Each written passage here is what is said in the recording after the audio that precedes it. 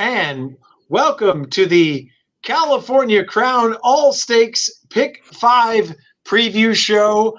One of many shows to start off the year. And let me introduce my guests from the Morning Line Sports Show, Seminar Skip. How you doing there, Skipper? I'm doing good. I'm glad to be back. I'm looking forward to Saturday. They got a great card, and I can't wait to do this All Stakes Pick 5. And joining us for the first time in quite a while from Equine Edge, our man, Scotty McKeever. Scotty, how you doing, my friend? I'm doing well. What's going on? Good to be here. Good to have you. And Gino Bacola from That's What G Said, a regular on the show. Gino, we've got plenty going on this weekend. Obviously, opening day tomorrow, and then the big day, Saturday, California Crown, the inaugural running of it, and a lot of action, a lot of wagers to go along with this day. Well, yeah, it's cool. It'll be a complete experience. The on-track experience is going to be great with music, performances, food, with all sorts of great drinks. But the most important always, the wagering menu, the opportunities that we have as bettors, and the horses are going to be quality and quantity. We have big fields, and when we're talking about quantity, Chappie, we have so many different wagers we can get involved in. We will be focusing on that all stakes pick 5. That's going to go as races 5 and then 7 through 10. And what's nice about all of these wagers, 15% takeout. More money back for us players. That's what we want as players. So thank you to Santa Anita and to First Bet and for everyone for giving us a nice wagering menu here. Yeah, as we can see there, the 15% is a great thing for the player friendly. The people keep asking for the player friendly type of bet, Scotty, and we've got plenty to go around, not only for this meet, but especially on Saturday and into Sundays in such an important weekend here at Santa Anita. Yeah, we've got the All Stakes Pick 5. You know what I'm super excited about is the $2 Pick 6 is back. And props to Santa Anita Watch. That's going to be super successful. Well, gentlemen, let's get started. We don't have a whole lot of time here. We've got a lot to cover. So the All Stakes Pick 5, like we said, 15% and a $1 minimum, and we start with race 5. That's 6.5 furlongs down the hill. The race we always love, Skipper, and that is the Unzip Me Stakes presented by the Thoroughbred Aftercare Alliance. Doesn't look to be a lot of speed on paper, Skip. The rail maybe has some speed. I don't know if Roberta's Love is going to go. What are your thoughts in handicapping as far as the pace scenario here? You know, there's not a lot of speed at all, I don't think. I mean, Roberta's Love's got speed, but I don't think anybody's as quick as the one, Dreamfire. This horse, 3 for 3 to start her career, and then she races in the Breeders' Cup Juvenile Turf for fillies. She breaks from the 13th post out of 14. She makes a lead. She got tired late, but that was a good race. That race was not bad. She only got beat 5.5 lengths. I think she's got to go from the rail. I like her work pattern. I love that September 6th. I love when they work at a farther than the races run, that 7 furlongs and 127.3. Now, we weren't able to watch it because Pleasanton works obviously aren't on XBTV, but I just like the workout pattern, the 6 furlongs, the 7 furlongs, and cutting back to 4 furlongs. So I think the one's going to go, and the one will definitely be on my ticket. There's a couple long shots that I'm using on my ticket also. And one of them is Wrigleyville. And Wrigleyville could be my top choice. It's 20-1.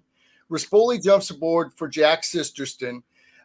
This horse, first time out at Gulfstream Park, looked like it kind of needed the race. I bet her that day. She ran a good third, respectable third, got beat 2 lengths. Then they stretched her out, which she wants to do out of the damn marketing mix, which is she wanted to go long on the grass. Ran good that day, won by 1.25 lengths. Then they come against winners. Didn't run too bad, kind of sawed off the pace, got to the lead at the top of the stretch, got a little tired late. And then the last race, man, she was loaded behind horses under a slow pace. She got out of the top of the stretch, looked like she was going to make a winning move. And the horse inside kind of lugged in and bumped her. And then she got impeded between the 2 horses and just completely took up and lost all chance. At 20-1, she's definitely going to be on my ticket. I'm also going to use Toupee, or however you say that. Toupee, I would guess. Is that right, Gino? Toupee, yeah. Toupee. Scotty, I always mispronounce the name, so stick with me for a minute, okay? Believe me, Skip, same here, Skip, Skip. it's something I don't have, which would be toupee. It's toupee. Tupi. You know, I didn't really care for her ride last time. I think she's much better when you kind of take hold and give her something to run at. She broke from the inside. The jock, Ruiz, didn't really have a choice. He kind of went on with it. The outside horse was quicker than her, but she kind of took her up around the turn and kind of went outside. I don't think she wants to race like that. I love Pratt getting aboard. He's going to take hold, and he always seems to make the right move. So she'll be on my ticket. Another one that's going to be on my ticket at 8-1 is Golden Cannery. I don't know what she beat last time at Woodbine, but they bet her way down. So she was obviously very live. She swooped around the field. She was on her wrong lead, but she just still kept going and drawing away. I just like that race. Johnny V gets aboard. So Golden Cannery is going to be on my ticket also. All right, so a little bit of Spreadsville here for Skip. Gino, what are your thoughts in this race? Yeah, I'm gonna go Golden Canary as myself with the same one that Skip was just talking about. I think this horse is a real fit. If you eliminate the Gulfstream races, something just went wrong. It wasn't like the horse was outclassed or anything. She just didn't fire those two races at Gulfstream Park. Everything else was good. And last year, as a 2-year-old, she was actually facing the boys. She beat the boys in her career debut. She fits really well. Skip also mentioned Wrigleyville, who draws in. That's key. Both the 2 and the 5 are out. So Andiamo, Ragazza, not in. Back on Track, not in. Wrigleyville won't be 20-1. 6 to 8-1. That's fine. That's probably where Wrigleyville makes the most sense. I'd say Zona Verde is the horse to beat. Probably the one they all have to hold off. Like the measuring stick for this race, the one who has the best resume. Those are some of the horses that'll be in the mix for me. Yeah, Scotty, I obviously Zona Verde is a very tough horse. Cutting back, but running well against Ice Cream, U Scream was a very tough horse. I don't know if the flow of the race sets up for Zona Verde, but it's got to be in the mix here. What are your thoughts here? And of course, I will use Wrigleyville just on hunch alone. Well, I'm leaning towards Tupi, to be honest with you, because the horse is going to sit a beautiful trip behind the 1 and the 4. One's going to have the lead. I'm certain of that. I do worry a little bit about the one horse because it's a long break. Why did this horse have such a long break? And I like the fact that she was able to go gate to wire at a mile. So that bodes well for her to do well down the hill. You might not catch her for sure. If she's okay, then you're not going to catch her. Tupi is going to be sitting the garden spot from that 11 post. No question about it. Pratt's going to be sitting. There's just no proof that the horse is really bred to sprint. But I mean, Uncle Mo's long. I just have to believe that Tupi is going to be able to get this distance and just be impossible to beat if the 1 doesn't fire. I'm only using 2 horses in this race, the 1 and the 11. Because Scotty, what you were kind of getting up to would be my only concern with Tupi is she more of a 5.5er versus the 6.5, right? Because the difference in those layouts are quite a bit. The 5.5 courses on the East Coast, way different from this one. But from a class standpoint, definitely in the top tier. The only reason why, right? I mean, she looks like Scotty said, she should sit the perfect trip, right? Right into it. The way Pratt rides that hill as well. So go ahead, Scotty. I was just going to say she's an Uncle Mo, and there's nothing in here that shows that she's pulling or anything like that. You know what I mean? So I just have a feeling. I mean, Pratt's aboard. She's training forwardly for Grand Motion. She's the best horse in the race, and she's going to get an absolute perfect trip. It's just a matter of whether she's going to be able to catch the 1. Now, here's the thing. If the 11 can't get the distance and the 1 is not ready, our race simulator at Equine Edge literally has a wall of them flying at the end. So I'm either going to do an all or I'm just going to do the 1 and the 11. All right. So obviously we're off to a very interesting and could be a difficult spot here to start, especially with the horse. It could be Lone Speed drawing the rail, which is always tricky going down the hill. All right, let's move on to the second leg, which is race 7. That's the California Crown John Henry Turf Championship presented by First Bet. Gino, and what are your thoughts in here? So we know Gold Phoenix, we know Balnikov, respect the heck out of those horses. But from a gambling standpoint, those are horses that will probably be shorter prices in here that are kind of fun to take a shot against because of their running style, because they're deeper closers. So they do need things to go right for them. They do need to get a race shape. They do need to get, at the mercy of traffic. I really like the 3 in here. Devon Propos. This is a horse whose races have been really, really good visually. You go through everything this horse did in France. Super impressive. Came here to the U.S., had not raced from September to June, won really nicely off of a long layoff, and then came back on July 21st, got parked 3 wide all the way around the track. This horse had a no chance trip, and at the top of the lane was still trying. It should have absolutely just stopped and faded. Then most recently, what I really like, showed that they had the opportunity to kind of sit behind horses. She wanted to go. He wanted to go. He was really keen, but was able to relax a little bit behind horses. There's not that much early speed in here either, Chappie. I think this is a horse who should be sitting in the top flight. And if you're worried because maybe buyer speed figures aren't quite as high as some of the others, if you look at a horse named Awfully Naughty, who Divine Propos defeated last time out, you go to Gold Phoenix, and on the bottom of Gold Phoenix's page, you see Awfully Naughty beating Gold Phoenix. Awfully Naughty isn't quite the same as he used to be, but that's still a quality horse. So if you were wondering where this one stacks up, I think very well in this race. I like Devon Propos. That's what Frankie went with when he gave the call. Well, Scotty, as Gino was mentioning, Divine Propos is one of the new faces. This comes out of a very common race where many of them came out of that same race, and there was absolutely no speed in the race whatsoever in the Del Mar Handicap. So pace-wise, once again, do you think it kind of sets up that way, or what are your thoughts in this race? Well, there's no pace. Our top pace number is like 45 of 100. I mean, there's just no pace. I think the 5-horse Dicey Mo Chara is going to get the lead. And this horse actually has some decent class. These races, you guys, always are a blanket finish. Almost always they are blanket finish. Divine Propos is lightly raced, been in the money in 9 of 10 races. That race 2 back in the optional claiming, that horse broke 10 and still only lost by like 3/4 of a length. That the 3-horse is by the way, one of 4 horses for a D'Amato. Braceau stays on this horse, and this horse is just going to be really, really tough. That all being said, class-wise, the horse is going to have to improve. They are all going to have to improve if they're going to beat Gold Phoenix, because you're talking about this horse just won a grade 2. It wasn't a strong grade 2 Del Mar handicap, but nonetheless a grade 2. And this horse has been facing better horses. So you're gonna have to beat the 9-horse, and maybe the 9's not in its best game, and the 3 would be my other choice for sure. But Dicey Mo Chara, don't forget that horse. Dicey Mo Chara almost stole it last time out, going 51 and change for the half, which is absolutely crawling. It's more of a Saratoga type pace there, Skip.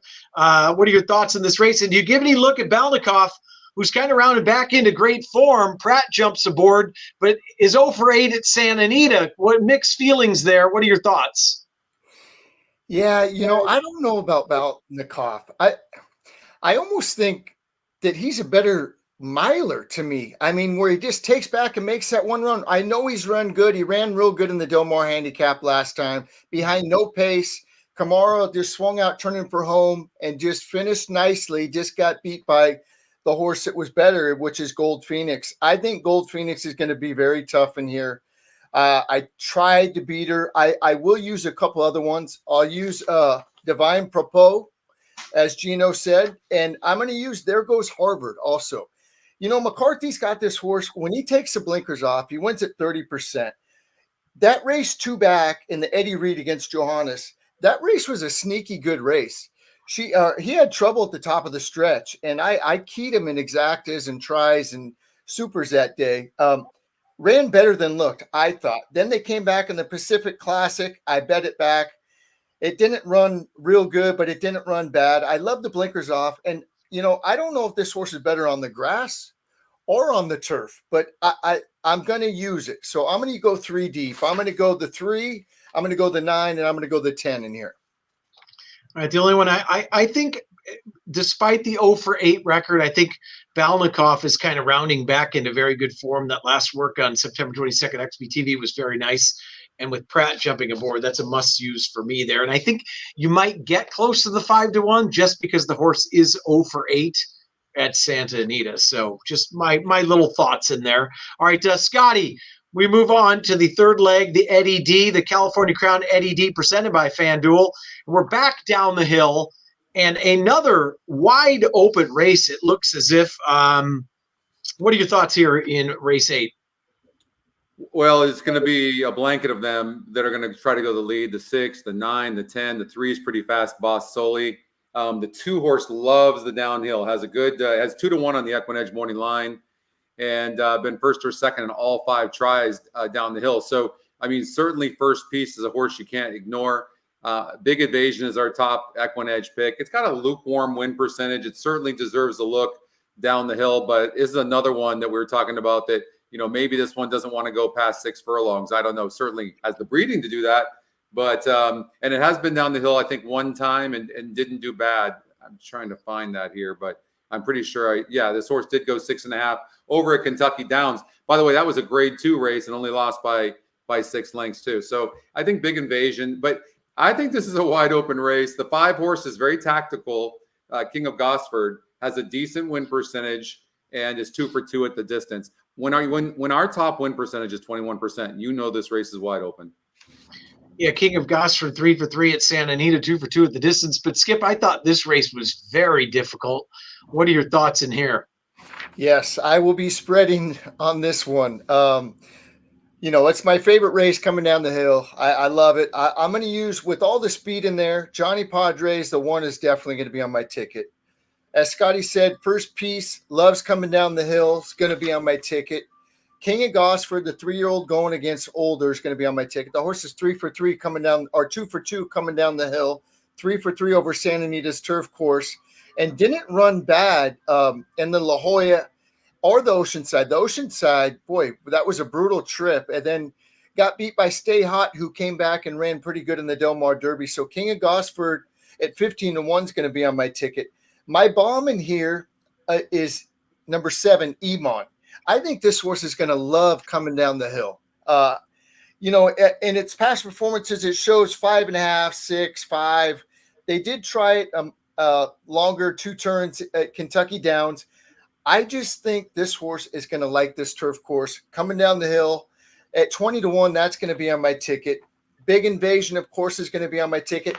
And I got to put, even with the speed, Air Force Red. That's always been one of our favorite horses, Chappie. And at 10-1, loving coming down the hill, I got to use Air Force Red also. Yeah, and cutting back, so that's kind of interesting. I agree with you there. Gino, what are your thoughts in what looks to be a wide open race? Yeah, Air Force Red doesn't really want to sit off, but with the way the layout is of the downhill, he can kind of be a little bit off the pace and just sort of rolling. That's where he actually does pretty well. I'll throw him in, and I'm glad that Skippy mentioned Iman. He's kind of the opposite, like the horses we were talking about. He's one of these horses that has been going 5 and 5.5 and would probably be a lot better going 6.5.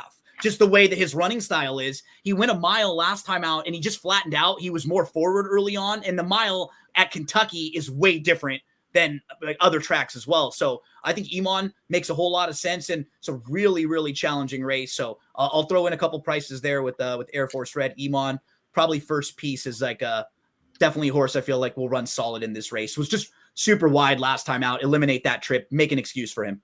We've been doing these shows way too long because when Skip was talking about Iman, I could tell by the gleam in Gino's eye that he was waiting to mention that horse as well, or he had the little smirk on his face. Yep. So I knew exactly what was coming there. So I'm not as going to say, I used to act a little bit when I was younger, but I'm not a good poker player at this point anymore. You can see it all over my face. Yeah, sometimes in what appears to be a tough race, we spread a too lot. Much, right? You know what I mean? And First Piece is going to be very tough. The more He's I look solid. at this, He's solid. you know what I mean? Yeah.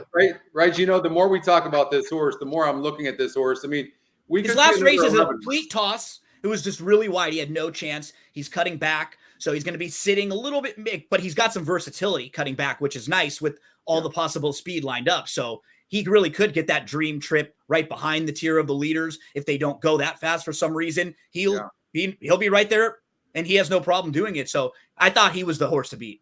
And he 4 races back coming down the hill in the Daytona. That's a Grade 3 race. In fact, we have that race rated tougher than what's lined up today in this Grade 2. And that horse, I mean, he barely lost. He lost by half a length in that race. Now the horse is going to save ground on the inside. There's some speed to set the race up. Yeah, the more I'm looking at this too, the more I'm really liking it. I'm starting to think that Scotty pick 6 might be singling first piece I here. might. I literally might, because I'm, even though Big Invasion's our top pick, it's just something about this horse. I'm not for sure this horse is really going to excel going 6.5 down the hill.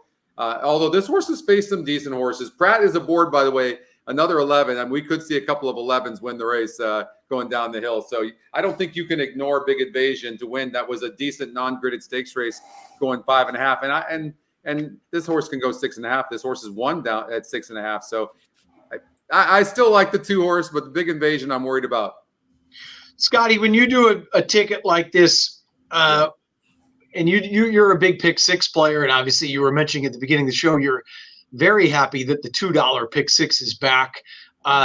Will you play? Do you always have a single when you play a pick 5 or a pick 6? Almost always, or else I won't play it. Yeah, because it just makes the ticket too much. You have to take a risk.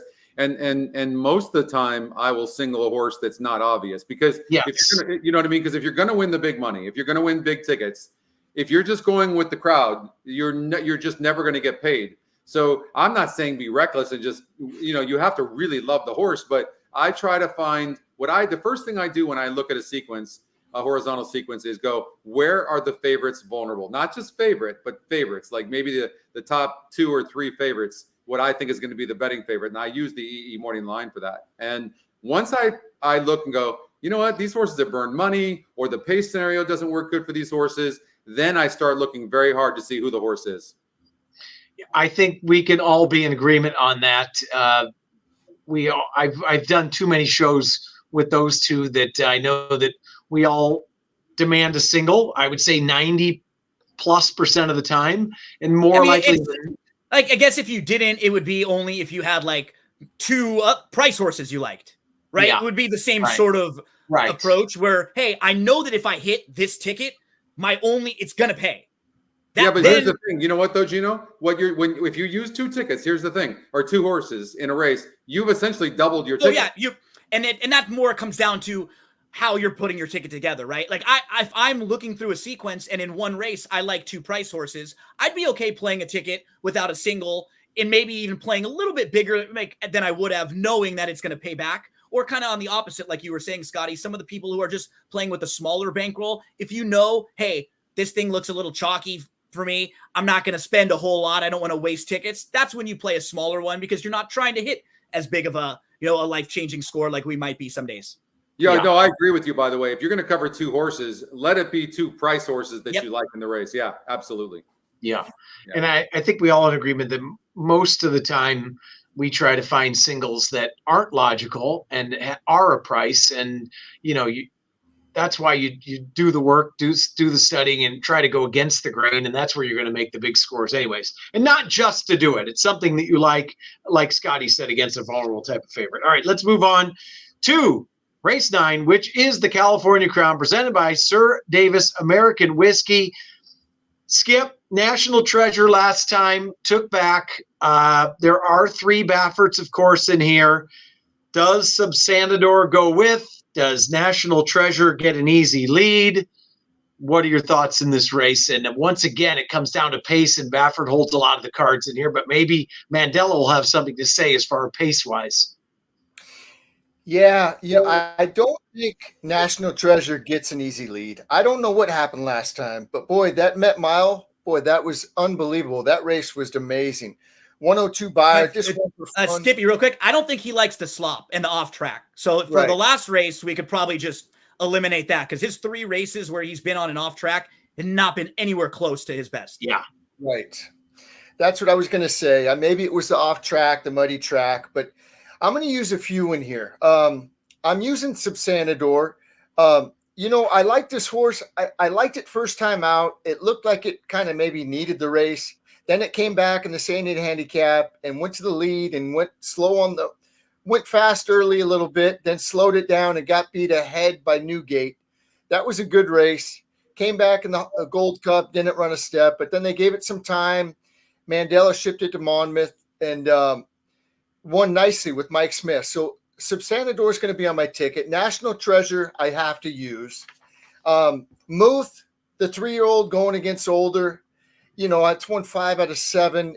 I tried to beat it last time, Chappie, when we were at the boat. We didn't even put it on our ticket, you know, just taking a stand, and proved me wrong. I got to use Muth, but my long shot, I'm going to put the 7 and Dispensable.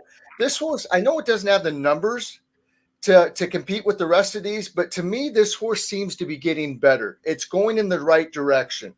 And if they do go fast, or if a couple horses, if Mike Smith decides to go with National Treasure, maybe Muth with Hernandez is up there and the pace gets a little hot, I think Indispensable can get a great trip and maybe surprise some people at 20-1. So I'm going to use the 2, the 3, the 5, and the 7. Interesting here. Gino, what are your thoughts in this race? Skip is spreading a little bit. Yeah, I like Subsanador quite a bit in here. I think he just fits really well, and following along with the horse's pattern, as Skip was pointing out, he came to the U.S. in December of 2023, so it was opening day of Santa Anita last year, and he was backed up in his training, but they still ran him in the race, and because there really wasn't like an overwhelming favorite, he got all the support, but he was not ready. And you could just see it in the race. He needed a race. And then they gave him some time off. They came back a few months later. He had been training better. He hadn't had hiccups. And boom, going 1.25 miles, he almost steals it. Then following that, they switch barns. And I really think Mandela had him figured out. That last race at Monmouth Park was fantastic. And it was kind of weird that he would ship over there. Because if he would have stayed and run in the Pacific Classic, he would have been one of the top contenders. Or the San Diego. Or a race at Del Mar would have made a whole lot of sense for him. But they ship over to Monmouth, and it was like they just figured something out with this horse, that he can sit behind horses. I think he's fit. So I think he fits really well in here. I don't know, Chappie, I wanted to ask you a question. Did you watch Newgate's work? Yes. Most recently? That was just a note that I had, because I think he probably will need the race, but he absolutely put away Prince of Monaco. Yeah. Dusted that horse and left him for gone. That was one of like the eye-opening things I saw with a lot of these horses working. But my other opinion would probably be, I think I'm a little cold on Senor Buscador just getting the race shape he needs in this kind of a field, right? Smaller field, a couple Bafferts. Are they all going to be battling to set it up for Senor Buscador? I don't think so. So I'll probably leave him off. I'll have Subsanador as my top horse.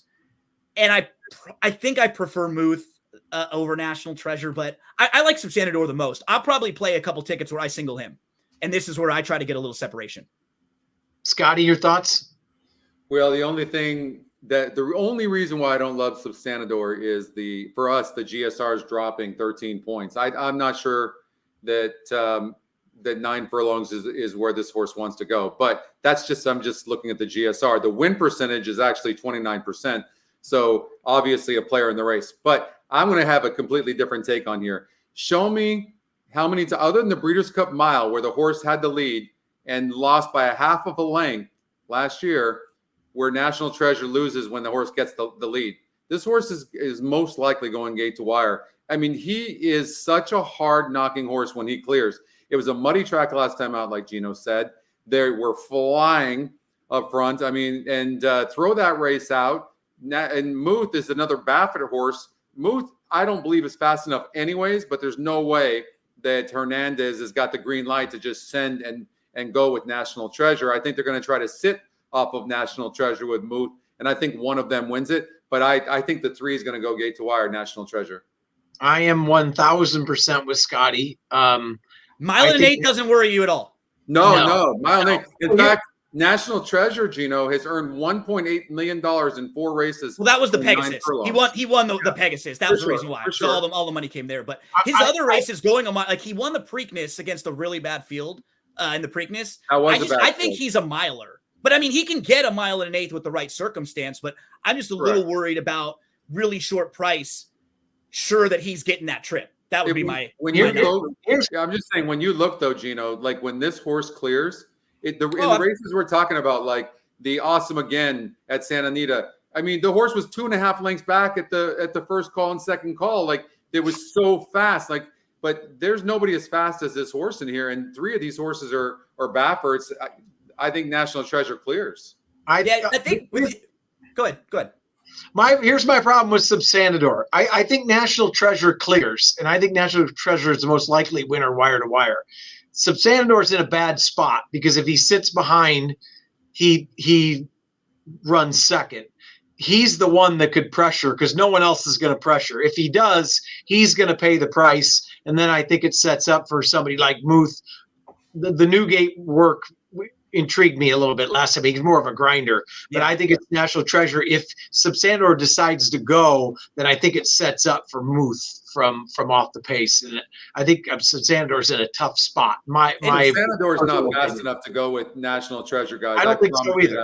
No, and what makes it difficult always is when we have these races where you have the horses that are the fastest that are all from Baffert or from one barn, because then it makes it a little bit more difficult trying to figure out if horses would put pressure on each other or not. Right. And it probably comes down to just I've not really been all that high on National Treasure from the beginning, right? And so when that's the case, those are the horses that you probably try to beat more often than not. But what I really appreciate with him, kind of my last point on him, and we don't see enough horses stay racing because he's gotten way better from 3 to 4. It just shows you exactly what happens when you have a nice horse. They can hang around, they can get mature.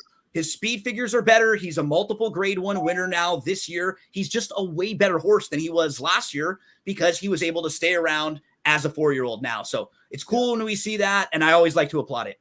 Like you said, I want to, Gino, just so you know, I am so the same. I've never been a fan of this horse. No, right?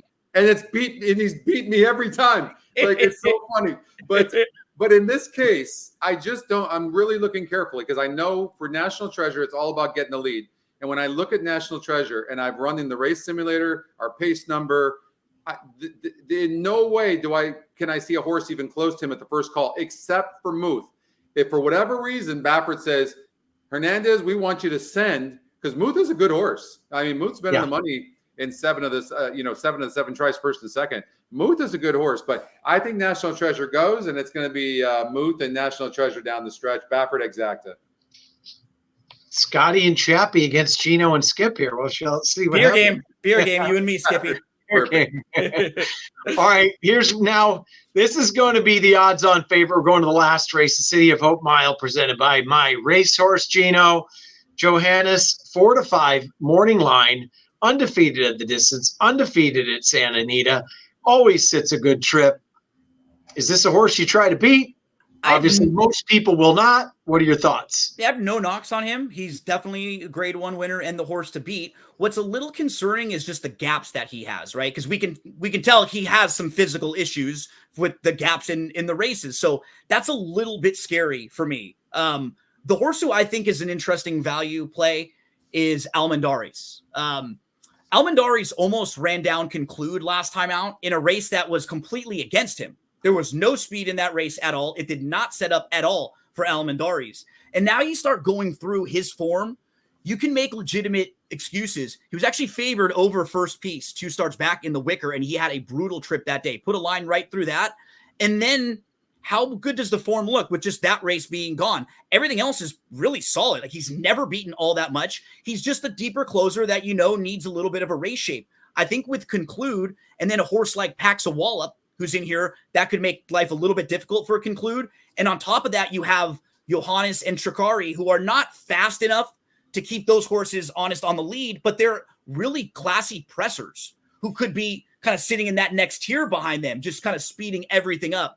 I think it will set up for Johannes, but if you're looking for a horse who could get that same trip at a way better price, I think it might be Almendari. So that one's definitely going to be in the mix for me to close it out.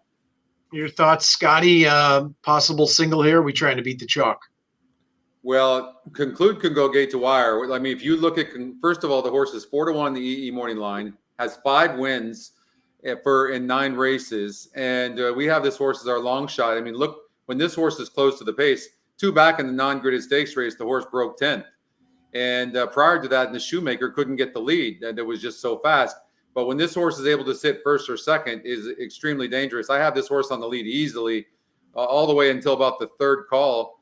So I think Conclude could be very, very tough. Johannes, I mean, and Gino's right. I mean, this horse has got a lot of layoff lines, but man, doesn't ever do anything wrong. The one time this horse did something wrong on the American turf, Still only lost by 2 lengths, breaking 11th after a really bad start. I mean, this is just a really, really nice horse. I think it's 9-3-3-9. 9-3-3-9. Skipper, you have any other horses you want to add into the mix? No, I will be singling the 3. Boy, this horse, I'm a big fan of this horse, obviously. Loves the grass, loves Santa Anita. As Scotty said, the only time it lost at Churchill Downs in the American turf, probably should have won that day. Brutal trip. Brutal trip. I went back and I told you last time, or I told you before this, I think it was the Eddie Reed, Chappie. We talked about it. I said, go back and watch that replay because I love Johannes going into that Eddie Reed. I said, this horse should have won that race at Churchill Downs. I love the way that, Yaktin's kept this horse working. I know it has, the layoffs and stuff, but I think he's, I don't know how many more races he has, but he's got this horse ready to go. This one and the Chad Brown. Now, why am I throwing a blank now? But I think they're the 2 best shots for the Breeders' Cup mile out of the American horses. It's one of my favorite horses, Chappie. You know which one I'm talking about. The Chad Brown just won the. I do. Why can't I think of it? Anyways, neither of our brains have been working for 3 weeks, so I 3 weeks, 55 years, buddy. But I'm going to single Johannes. I'm a big fan of him, and I think he's going to win. I'm going to make one case for one horse. Last time out, I loved Conclude, and I will use Conclude in here. I'm going to come back to De Jour in here. Third off the layoff, the last work I liked a lot visually. He kind of runs to the way he works. Skip and I said on that July 28th race, this is a miler, not a mile and eighth. De Jour was completely out of his game. He needs to sit, make one big run. Last time he ran okay, but like I said, I thought Conclude was the horse to beat, and I actually single Conclude. I think De Jour is coming back into a big race, and at the price here, I think he's going to get ignored. I think we'll get every bit of 5-1. Johannes clearly the one to beat, but you guys Conclude. There is no speed in this race, just so you know. Like Conclude, there is not. That 9 hole. You are right. Only the 4 horse has very little speed, and the 9 doesn't have to have the lead. So that means the 9 just needs to get a nice break, and with a good break, just sit, and it can even let the 4 go. Meaning the 9 can really, if you go, let's just say you put it in miles per hour. If you go slower early, that means you're going to be able to finish faster. And I think that's what's going to happen here with that post position. The 9's just going to sit a clear trip. I hope the 9 doesn't take the lead and just sits off the 4, but the 9's much the fastest horse early. And I know that there's been a few horses here that, Alamanderis is 4-1 on our morning line. And this horse was right there. But I think the pace scenario is going to be very, very slow in here, and Conclude could be very tough in here. Scotty, don't you think that Johannes, it's got tactical speed. Maybe it's not as fast as Conclude, but those early races, I think this horse has got more speed than he's been showing lately. They kind of showed a new dimension where he doesn't need the lead. They kind of take him back a little bit. I think this horse, if he needs to be closer, he definitely could be closer. And the other horse I was thinking about was Carl Spackler. Yeah, that's right. Carl Spackler. So this is what we show for the first call. The first call, we show the 9 having the lead, and the 3, Johannes second, and then the 4 third, and Astronomer's right there as well as Tricari. But it's clear the 9 is the speed. But what I'm looking for is to make sure that there is no horses on the outside of the 9, so that the 9's not getting pressed, and the 9 doesn't have to have the lead. That's why I think the 9 Conclude. You might get 4, 5, 6-1 odds on the 9, especially with Johannes in there. Alamanderis is going to get bet. De Jour is going to get some action. You might get a price on Conclude. Well, I know one thing. If Skip wasn't singling Johannes, he would have had his Astronomer in there somewhere, because we all have our horse crushers. That's one of Skip's at 20-1. I was waiting for an Astronomer. Maybe on my pick 5, I'll throw Astronomer. Or my pick 4. I'm sorry. There you go. And Skip, and to your credit, you did love Astronomer way back in August when it won at 21-1 last year, August 13th, and well done. I can remember that day. Every once in a while, buddy. Every dog has his day. So, Scotty, real quick, possible single for you. You're thinking first piece? I actually might single conclude after us talking about it a little bit. First Piece is a possible single for me as well. Definitely, I like First Piece a lot. I really do want to single Tupi, the 11 horse. I really do think that that's an Uncle Mo. I know the horse hasn't proven it yet, but the horse is really tactical. The horse is 39% to win on our numbers. The top Equine Edge pick as well. It's the class of the field. It has the top breeding metric, which we call GSR. I think Tupi might get a really good trip and win as well. So I think there's some opportunities here.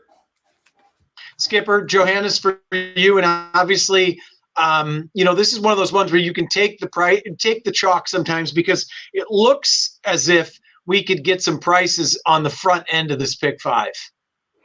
That's the way I'm going to play it. I think that's what probably is going to happen. I just want to mention Wrigleyville. I think this horse, like Gino said, maybe we're not going to get 20-1, maybe 8-10-1. I just think I love that outside draw. I love it cutting back. I think this horse will love the downhill. And I bet Wrigleyville, or make sure it's on your ticket. Gino? There are going to be 2 horses I build around a lot. I probably play different wagers, singling one and then singling the other. I'll play one with Subsanador, but the one I like more is the Devon Propos. And I think that's a fun race to kind of have a little bit of a stand. A lot of people will be going to some of the familiar names. I can try to get a little separation there. So maybe I'll play a pick 5 where I single one, play a pick 4 where I single the other one. And if I can be right about one of those, I'll probably be in pretty good shape with some prices around them. I'm still working on my singles. I have a sneaky feeling I'm going to build something around Balnikov, who's 0 for 8 at Santa Anita, which makes absolutely no sense whatsoever. But why not? Price and all. So, Gino, as we said, once again, the wagering menu on that day, absolutely terrific on California Crown Day. CaliforniaCrown.com. That's the website. And if you need tickets, if you want to find out any information at all and the entire wagering menu, all of the special wagers, and they can tell you which races they are specifically, all of this information right there at CaliforniaCrown.com. Don't forget, pick'em.santanita.com. Free to enter contests. They're back this weekend. The Coast to Coast Pick 5. Those are back this weekend. I mean, every single wager, everything's going to be rolling on Saturday at Santa Anita. I'm really looking forward to it. Guys, by the way, on that note of the Coast to Coast Pick 5, at Equine Edge, you can we have that on our ticket generator. So nice. You're actually able to play, not bet it, but use it and generate a ticket on the Coast to Coast without having to go back and forth on your past performances. So it makes it real easy to play the Coast to Coast. And also, I'm playing in the tournament on Saturday as well. Huge money. It's 6,000 entry, right? But if the people don't want to try to pay the 6,000, they can try to win their way in on Friday for $300 for the qualifier. So yeah, good point. 6,000 is a lot for people who don't have that big of a bankroll. 300 is much more affordable. You can play on Friday, express bet, and try to win your way in. So go to CaliforniaCrown.com for all the information. If you want tickets, there are still tickets available. Gentlemen, first of many shows, and just to let everybody else know, there will be shows tomorrow and on Saturday as well. So stay tuned for those, and good luck to everybody. Gentlemen, thank you so much, and we will do this again very soon. Appreciate it. Good luck, everyone. Thanks, guys.